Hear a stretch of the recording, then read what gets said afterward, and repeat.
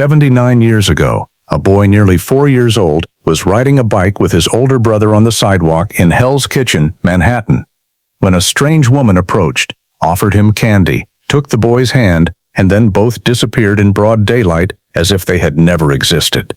When the New York police couldn't find any traces, all suspicion fell on the biological mother, the woman who had just gone through a bitter breakup with the father of the 2 children right before the boy disappeared. Many decades passed in silence. The case file was destroyed in a fire at the police station, and the father died on his hospital bed with a final wish that his son was still alive out there that no one believed. But 74 years later, when a woman in Long Island spit into a plastic test tube just to distinguish her 3 triplet children, the DNA results came back and shattered everything she knew about her father and connected her to a 79-year-old man in Florida who had spent his entire life searching for his kidnapped younger brother in 1945. This is the story of Gerald Jerry Martin, the boy stolen from the streets of New York who lived his entire 76 years of life under a name that wasn't his, with parents who weren't his, without ever knowing who he was, before a DNA test kit costing a few $dozen broke the secret that an entire family had buried for nearly a century. Before diving deep into this shocking story, please let us know where you're watching from, and if you like this video, don't forget to hit subscribe. The summer of 1945 came to New York with the characteristic humid heat of the Northeast United States, the kind of heat that rose from the asphalt and lingered between the tightly packed tenement buildings in Manhattan. The war in Europe had ended 2 months earlier, Germany had surrendered in May, American soldiers were returning home one by one, and the whole city was holding its breath between relief and anticipation, because the war in the Pacific was still ongoing, even though everyone could feel the end was very near. In that atmosphere, the Hell's Kitchen neighborhood on the west side of Manhattan was one of the most crowded areas of the city, where red brick tenements were stacked on top of each other, wall to wall, window facing window, and children played on the sidewalks from morning until the streetlights came on.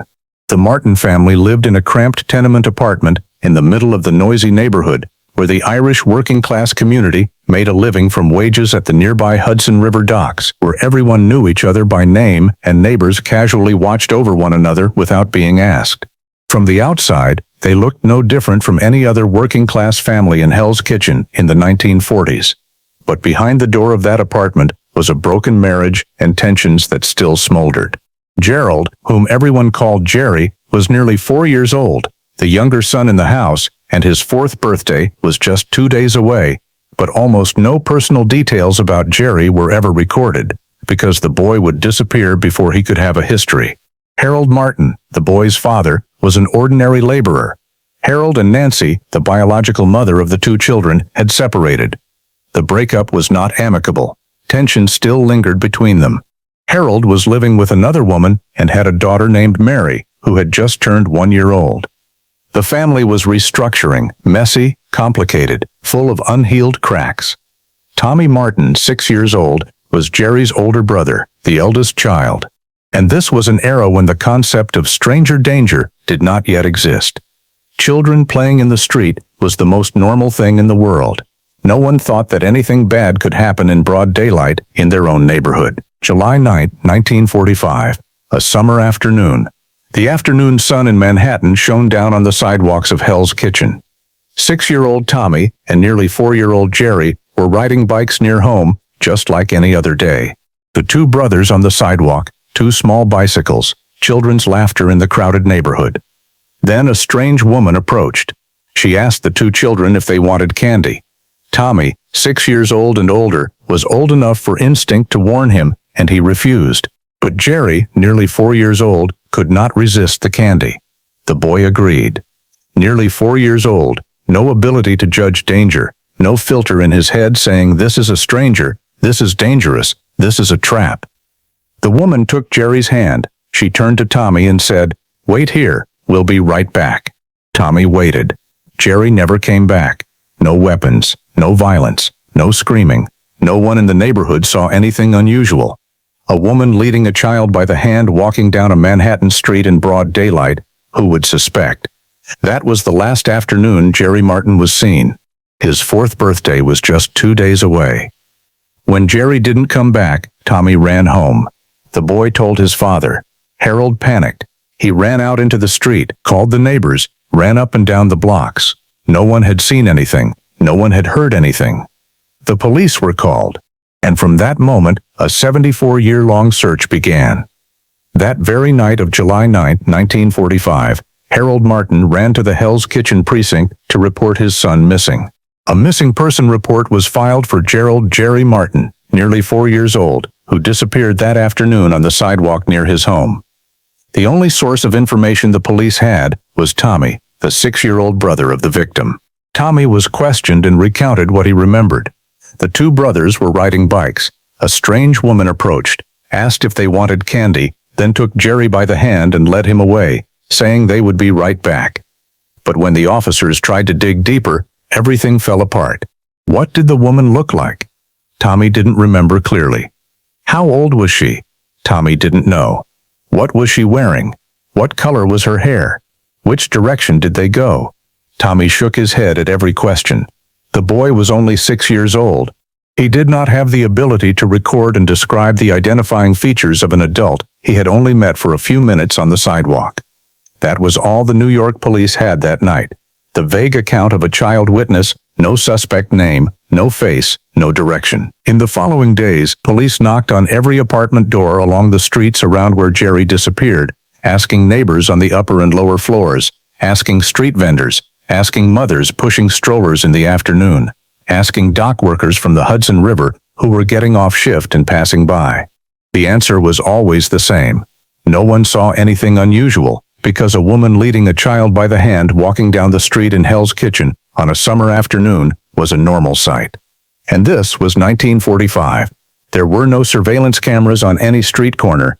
There was no Amber Alert system, which wouldn't exist until the late 1990s. There was no NCIC, the National Crime Information Center database, which wasn't established until 1967. There was no DNA testing, a technology that would wait another 4 decades.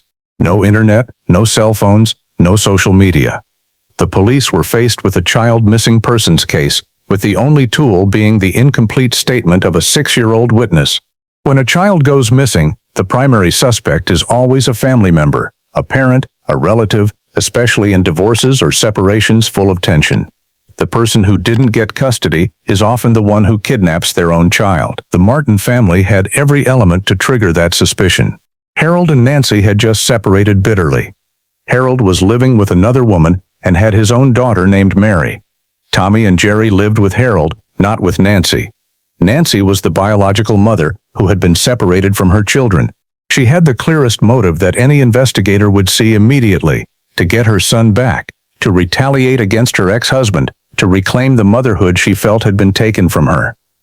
The police focused on Nancy. She was brought into the interrogation room and questioned repeatedly about her whereabouts on July 9. Where was she on the afternoon Jerry disappeared?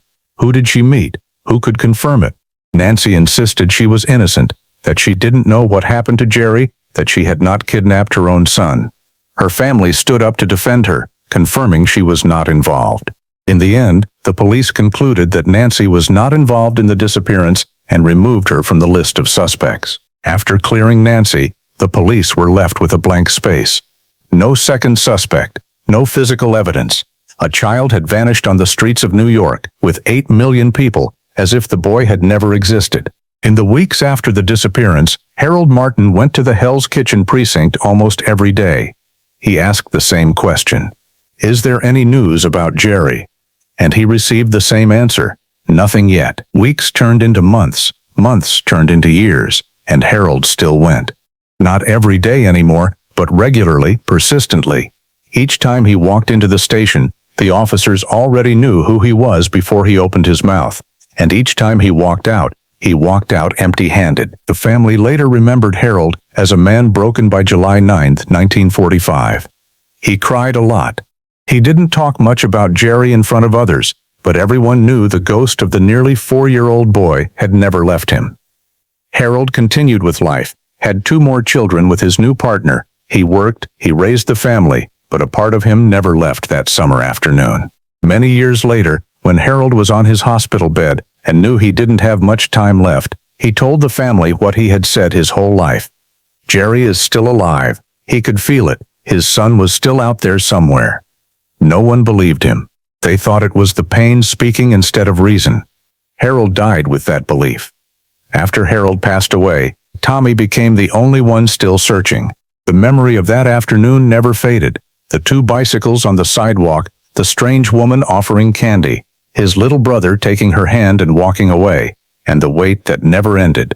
That memory followed Tommy for 74 years, from when he was a 6-year-old boy in Hell's Kitchen to when he was a retired old man in Florida.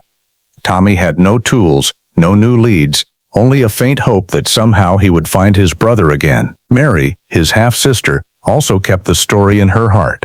The whole family lived with Jerry's ghost, but gradually accepted that they might never find him. Time continued to pass. In 1982, President Reagan signed the Missing Children's Act, but it was too late for the boy who had disappeared nearly 4 decades earlier.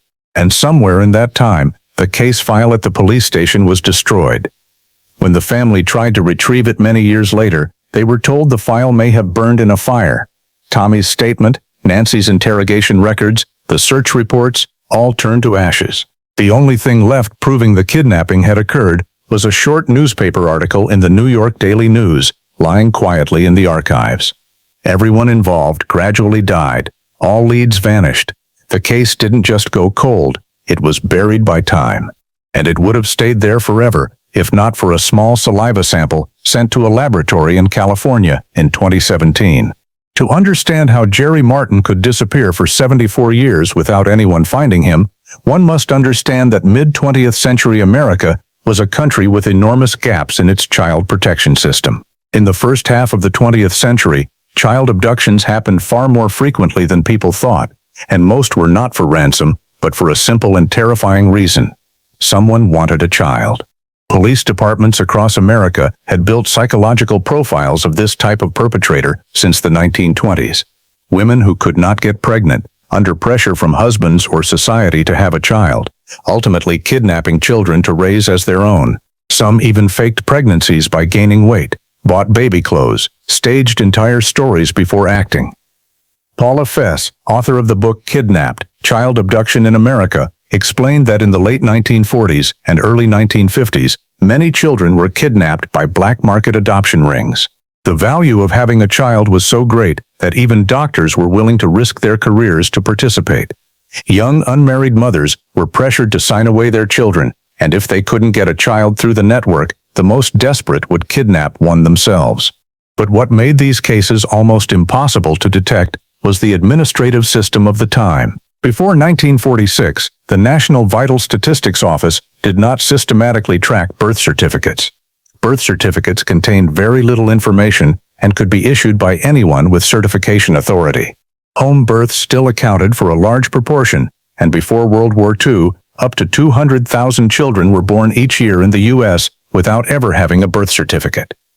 Hospitals were not much better, mother-child identification bracelets were not common, and security was lax. The result was that a kidnapped child could easily be reborn with a fake birth certificate.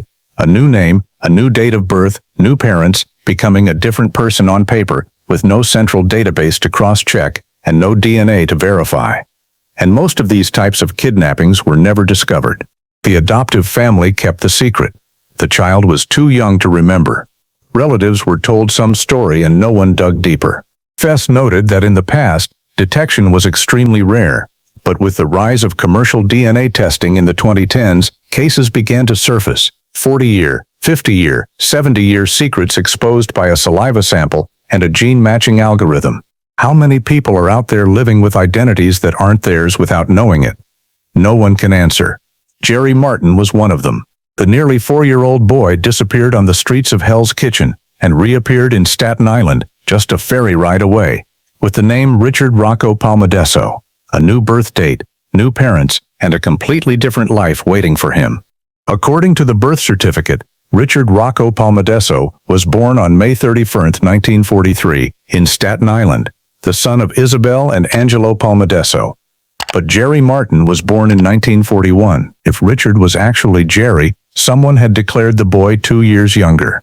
Isabel was already over 40 at the time, with 2 adult daughters from a previous relationship but no children with Angelo. Angelo was a World War II veteran who had served for about 2 years and returned to Staten Island in September 1945, exactly 2 months after Jerry was kidnapped. When Angelo walked into the house after 2 years away, there was a child waiting for him. The child he was told was his son.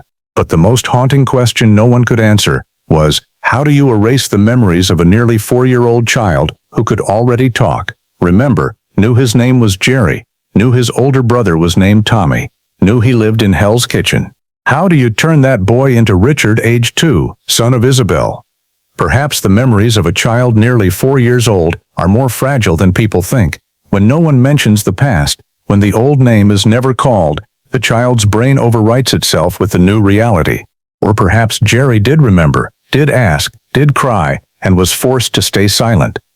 What we know for sure is that Richard grew up in a cold family. Isabel was harsh, not allowing the boy to talk while sitting at the table. Every word from his mouth was shut down. Many years later, when Richard's daughter reached out to his cousin, the son of Uncle Jack Palmadesso, he revealed something that left them stunned. The whole family knew Richard was not their biological child. Everyone knew, only Richard did not. But the family story was not about a kidnapping. According to the rumor, Helen Horgan, the live-in babysitter, was actually Richard's biological mother. The family believed Isabel was the madam of a brothel, Helen was one of the girls, and Richard's biological father was a local gangster. Richard was adopted because Helen was a single mother. That was the story the Palmadesso family told each other, and no one asked further questions. When Richard was 12 years old, Isabel passed away. The boy was sent to live with his uncle Giacomo, Jack Palmadesso. Richard stayed there until he graduated high school, then left and almost completely cut contact with the entire Palmadesso family. No one tried to keep him, no one reached out to him. That distance now has new meaning. They knew he was not their biological child, and that secret created an invisible wall that Richard sensed but never understood. Richard got married and had 3 daughters, twins Audrey and Cynthia, followed by Stephanie. Helen Horgan lived with Richard's family for many years. She died when the twins were 10 years old, taking with her to the grave anything she knew. Richard was proud of his Italian heritage. The Palmadesso name was part of the identity he had built his whole life, and he never suspected anything. But there were signs that his daughters only understood later. Richard suffered from bipolar disorder and constant anxiety. He was kind and humorous, but also quiet and worried, always with a strange distance from the family that Audrey and Cynthia could not explain. Angelo died when Richard was 27 years old. After that, Richard had no contact with anyone in the Palmadesso family, and no one reached out to him, his wife, or his children. The severance was complete. Richard passed away in 2017 at the age of 76. A funeral was held, and his children grieved. But 2 years later, his daughter would discover that their father was not Richard Palmadesso, but Gerald Jerry Martin, kidnapped on a Manhattan street when he was nearly 4 years old in July 1945. He lived 76 years with the wrong name, the wrong birth date, the wrong parents. He never knew he had an older brother named Tommy who was searching for him. He never knew his biological father Harold died in agony over losing him. He never knew his biological mother Nancy was wrongly suspected and lived in the shadow of that suspicion until her death. The most tragic death is not always dying young. Sometimes it is living an entire life without knowing who you are. And the story would have ended there, a secret buried with the dead, if not for Audrey Bell and the 23andMe test kit. In 2017, Audrey Bell, 51 years old, living in Long Island, bought a 23andMe test kit with a completely normal purpose. She had 3 triplet children and wanted to determine which ones were identical and which ones were fraternal. There was nothing mysterious about it. No intention of investigating anyone. She spit into the test tube, sent it off, and 6 weeks later received the results. The test kit correctly identified the triplets. But in the ancestry analysis section, there was something strange. The results classified Audrey's ancestry as Southern European, but there was no specific mention of Italy. Not 1%. Her surname was Palmadesso. Her father had been proud of his Italian and Irish roots his whole life. He cooked Italian food, told stories about his Italian family, and the Palmadesso surname was part of the identity he had built over his 76 years of life. But the DNA said there was no Italian ancestry. Audrey told her twin sister Cynthia McFadden and her younger sister Stephanie. All three were confused, but didn't think much of it. Richard had just passed away that same year, so they couldn't ask him. And perhaps the test results were just a statistical error. Maybe DNA testing wasn't always 100% accurate. No one suspected anything bigger yet. Not yet. 2 years later, at the end of 2019, Cynthia also decided to take a 23andMe test. The results came back, and this time they could not be ignored. Cynthia also had no Italian ancestry, but instead Irish, Scottish, and Spanish. 2 twin sisters, 2 separate tests, the same result. This was not an error. The sisters began to take the issue seriously and decided to take the decisive verification step. They asked their father's closest living relative, a cousin also named Richard Palmadesso, the son of Uncle Jack, to take a DNA test. If their father was truly a Palmadesso, their DNA should match this cousin at a certain percentage. The results came back and confirmed what the sisters had begun to fear. They had no blood relation to the Palmadesso family, not 1%. 3 facts were now clear as day. Their father had no Italian ancestry, their father had no DNA relation to the Palmadesso family, and their father was not who he thought he was. The first hypothesis the sisters thought of was that their father might have been an illegitimate child, that their grandmother Isabel might have had a secret relationship with another man, and Angelo was not Richard's biological father. But the real answer came from a direction no one expected. When she took the test, Cynthia had turned on the DNA relatives feature on 23andMe, which allowed the platform to show people in the database who shared DNA matches with her, and a strange name appeared on the screen, Tom Martin, 79 years old, living in Florida, sharing 22% DNA with Cynthia. According to 23andMe, 22% shared DNA was equivalent to a grandparent-grandchild or uncle-niece relationship. Cynthia had never heard the name Tom Martin in her life. She told Audrey to turn on the DNA relatives feature on her own account. Audrey did so. Tom Martin also appeared in Audrey's results, with the same 22% match. 2 twin sisters, both matching a strange man in Florida whom they had never met. At first, the sisters thought Tommy might be their grandfather, the child of some secret relationship they didn't know about. But when they calculated the ages, Tommy was 79 years old. Too young to be the grandfather of 2 53-year-old women. He clearly belonged to the generation 1 level above them, meaning uncle, not grandfather. The sisters decided to contact Tommy through 23andMe's messaging system.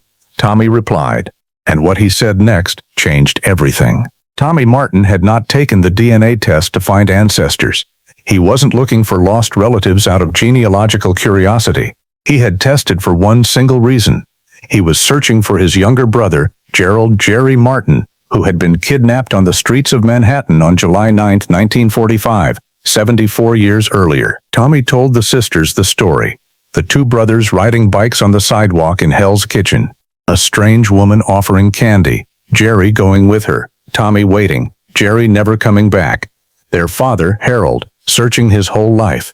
Harold going to the police station year after year, asking for news. Harold dying on his hospital bed, still saying Jerry was alive. Tommy had taken up the mission, and now, at age 79, for the first time in 74 years, 23andMe told him that 3 women in Long Island were his biological nieces. Mary, Tommy's half-sister, also got involved. She told the sisters about Harold on his hospital bed, about the belief he held until his final breath. And the sisters stood in the middle of a huge question. Was their father, Richard Palmadesso, actually Jerry Martin? The supporting evidence was very strong. The DNA matched 22% with Tommy, the exact uncle-niece ratio. No DNA relation to the Palmadesso family. Ancestry showed Irish and Scottish, and the Martin family was Irish. The timeline matched perfectly. Jerry was kidnapped in July 1945. Angelo Palmadesso returned from the war in September 1945. But there was also conflicting evidence. The birth certificate listed Richard as born in 1943, while Jerry was born in 1941, a 2-year difference. If Richard was Jerry, someone had declared him younger, but it was also possible that Richard was someone else entirely, and the DNA match had another explanation. Expert Paula Fess also noted that this case was unusual because child abductions of this type were usually infants, not a child nearly 4 years old, because a 4-year-old could already talk, knew his own name, and it was much harder to erase those memories than with a newborn. But birth certificates before 1946 were extremely easy to falsify.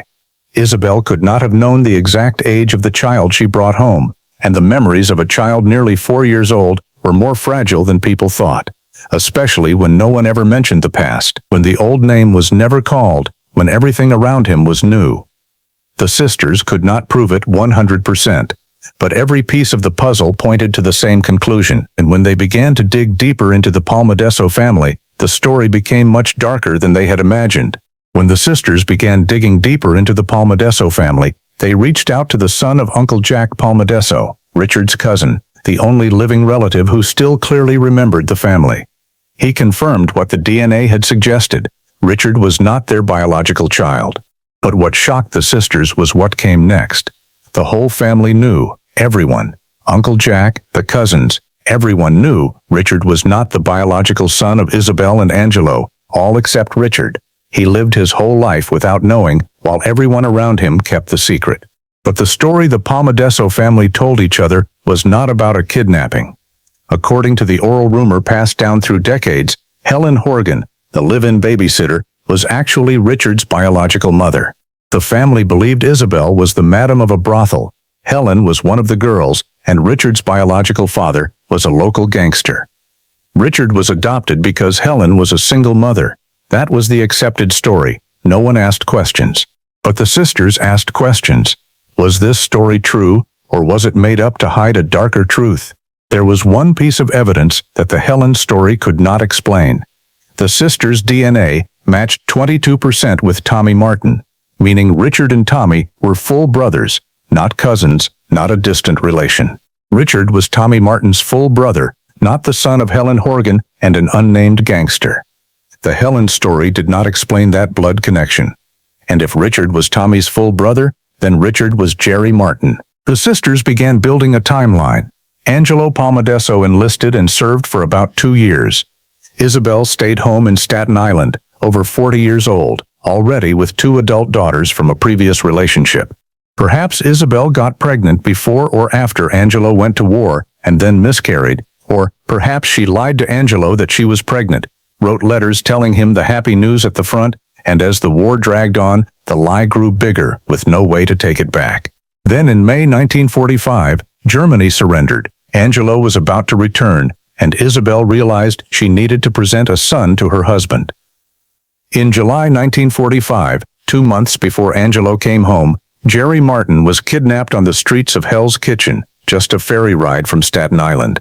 In September 1945, Angelo walked into the house after 2 years at war, and there was a child waiting, a child his wife said was their son, born while he was away, named Richard, 2 years old. But that child was actually nearly 4, and his real name was Jerry. The sisters' hypothesis was that Isabel, or someone Isabel hired, was the woman who took Jerry by the hand on the sidewalk in Hell's Kitchen that afternoon. Isabel perfectly matched the psychological profile police had built since the 1920s. An older woman, unable to have children, under pressure from her husband, kidnapping a child to raise as her own. Expert Paula Fess noted the unusual point that the victim was nearly 4 years old rather than an infant, because women who kidnapped children usually chose infants so their husbands would believe it was their own. But Angelo had been away at war for 2 years. He had never seen the child his wife said she had given birth to. When he returned and saw a child his wife said was 2 years old, he believed it, because that was the only thing he knew about his son. Did Angelo know or not? Was he deceived by his wife or complicit in the silence? No one alive could answer. The sisters tried to find physical evidence. Cynthia asked her brother-in-law, who worked in law enforcement, to look for the cold case file at the New York Police Department. They found nothing. The file may have been destroyed in the fire at the precinct. Tommy's statement, Nancy's interrogation records, the investigation reports, if they ever existed, were now ashes.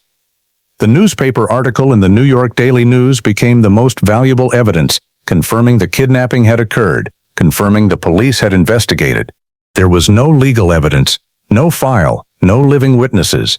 But there was another kind of evidence, the kind no court would accept, but no family would deny. When they exchanged photos, the sisters discovered that Tommy and Richard looked astonishingly alike, the same facial features, the same eyes. And when they met Tommy in person for the first time at Thanksgiving 2019 in Florida, the similarities went beyond appearance. Tommy loved coconut cake, and so did Richard. Tommy was obsessed with movies and acting, kept headshots from his youth when he dreamed of becoming an actor, and Richard had dreamed exactly the same thing.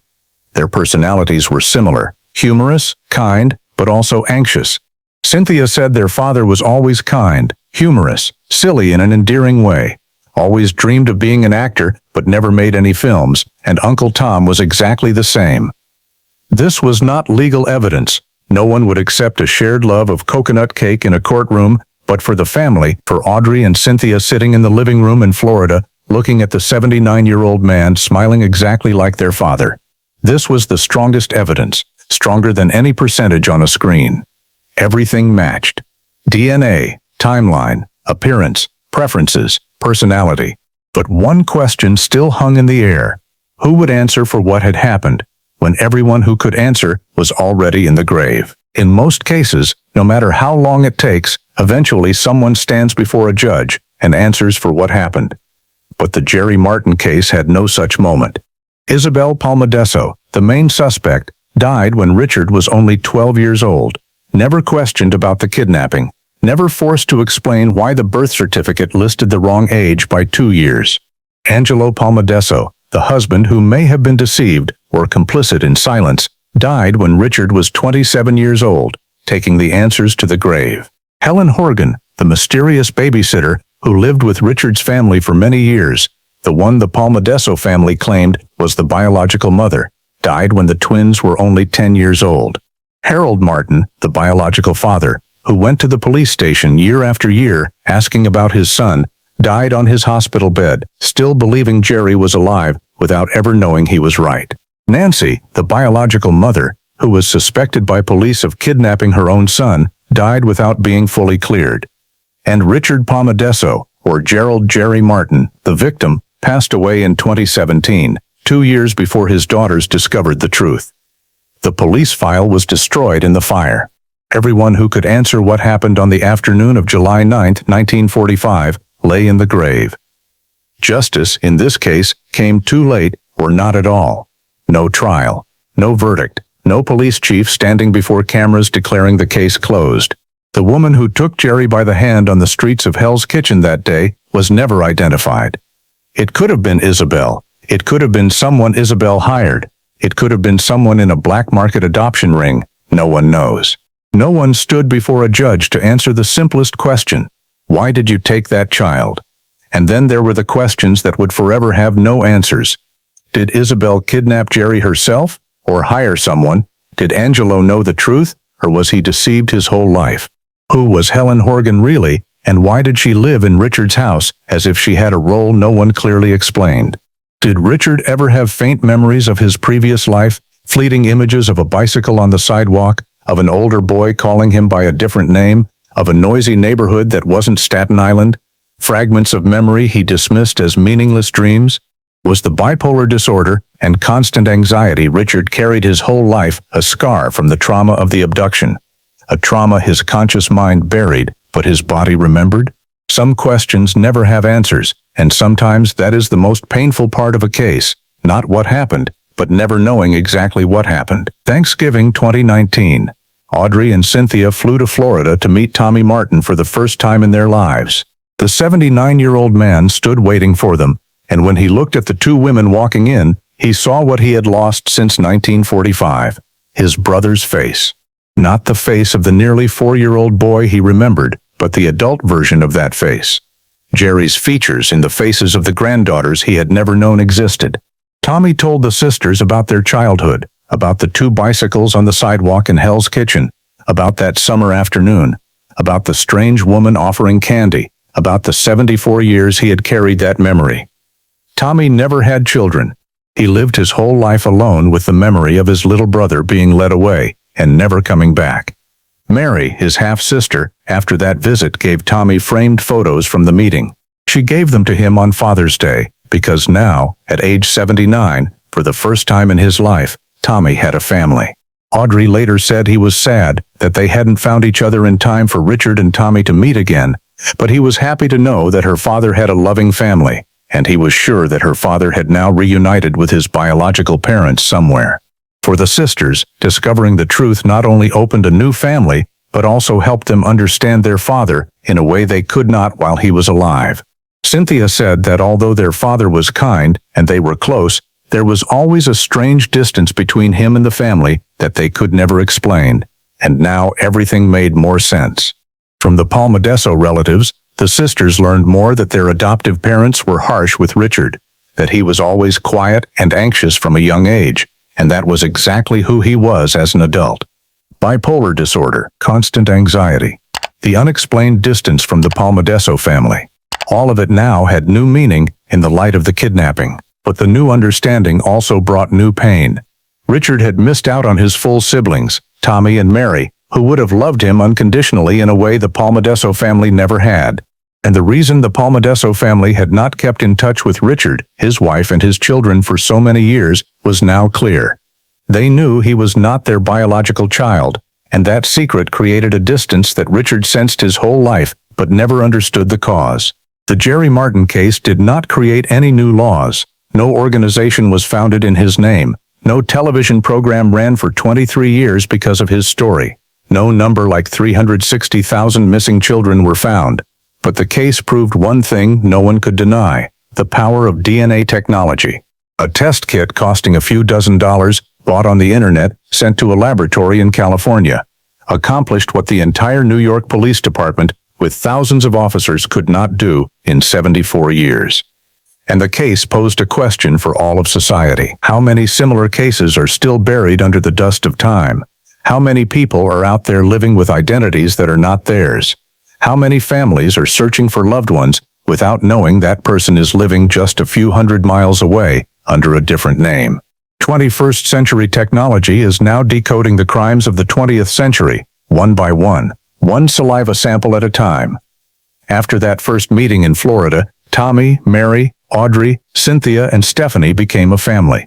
They stayed in regular contact by phone, messages, and Facebook. The sisters told Tommy stories he had never heard, about his brother as an adult, about how Richard loved movies, about how funny Richard was, about his wife, about his 3 daughters, about the life Jerry had lived without knowing he was Jerry. And Tommy shared the fragments from the other side.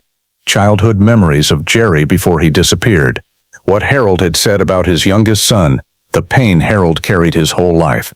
The two sides of the family pieced together a picture of one life. Jerry as a little boy through Tommy's memories, and Richard as an adult through his daughter's memories.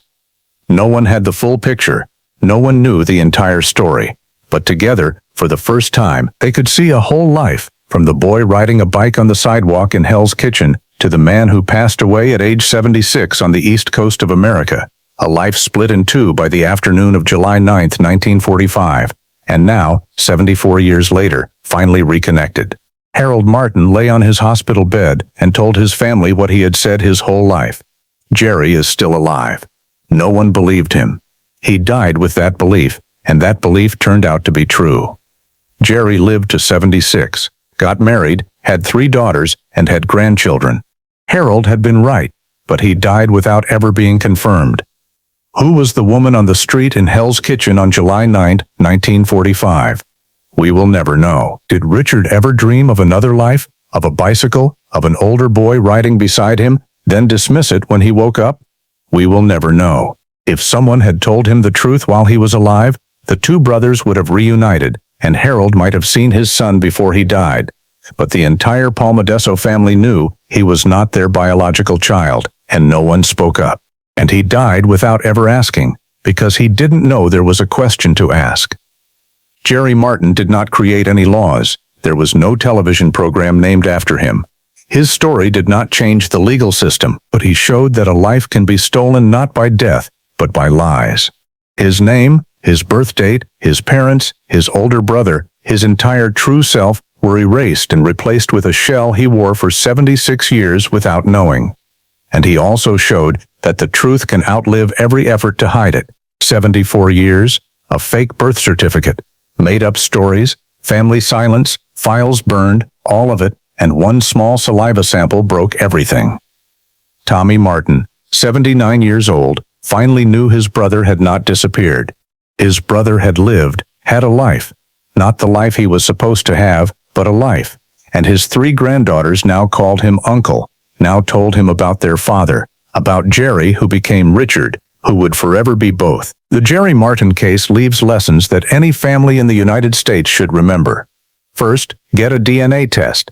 If you are searching for a missing relative, or if you have any doubts about your origins, submit a DNA sample to platforms like 23andMe or Ancestry DNA. Tommy Martin did that at age 79 and found his brother after 74 years. One saliva sample could do what an entire police department could not. Second, never leave children alone with strangers, even for a few seconds, even in a place you think is the safest. Jerry was led away in broad daylight, in a neighborhood where everyone knew each other, with a simple offer of candy. Teach your children early that they should never go with strangers, no matter how friendly they seem. Third, tell the truth to your family. The entire Palmadiso family knew Richard was not their biological child, but kept silent throughout his life. That silence protected no one. It only took away Richard's chance to find his real family, for the 2 brothers to reunite, for Harold to see his son before he died. Family secrets do not protect, they imprison. Fourth, never give up. Harold searched until the day he died. Tommy continued until age 79. If you have a missing loved one, register with NAMUS, the National Missing Persons System. Submit DNA to NCMEC. And remember that today's technology can solve cases that seemed hopeless 10 years ago. Finally, recognize that identity is not just the name on a birth certificate. Identity is family, history, and origins. When someone has their identity stolen, they have their very self stolen, and that wound can last a lifetime, even if the victim does not know it exists. If you find this story meaningful, please hit subscribe and share the video so more people can learn about real cases that change the lives of entire families. Thank you for watching. See you in the next video.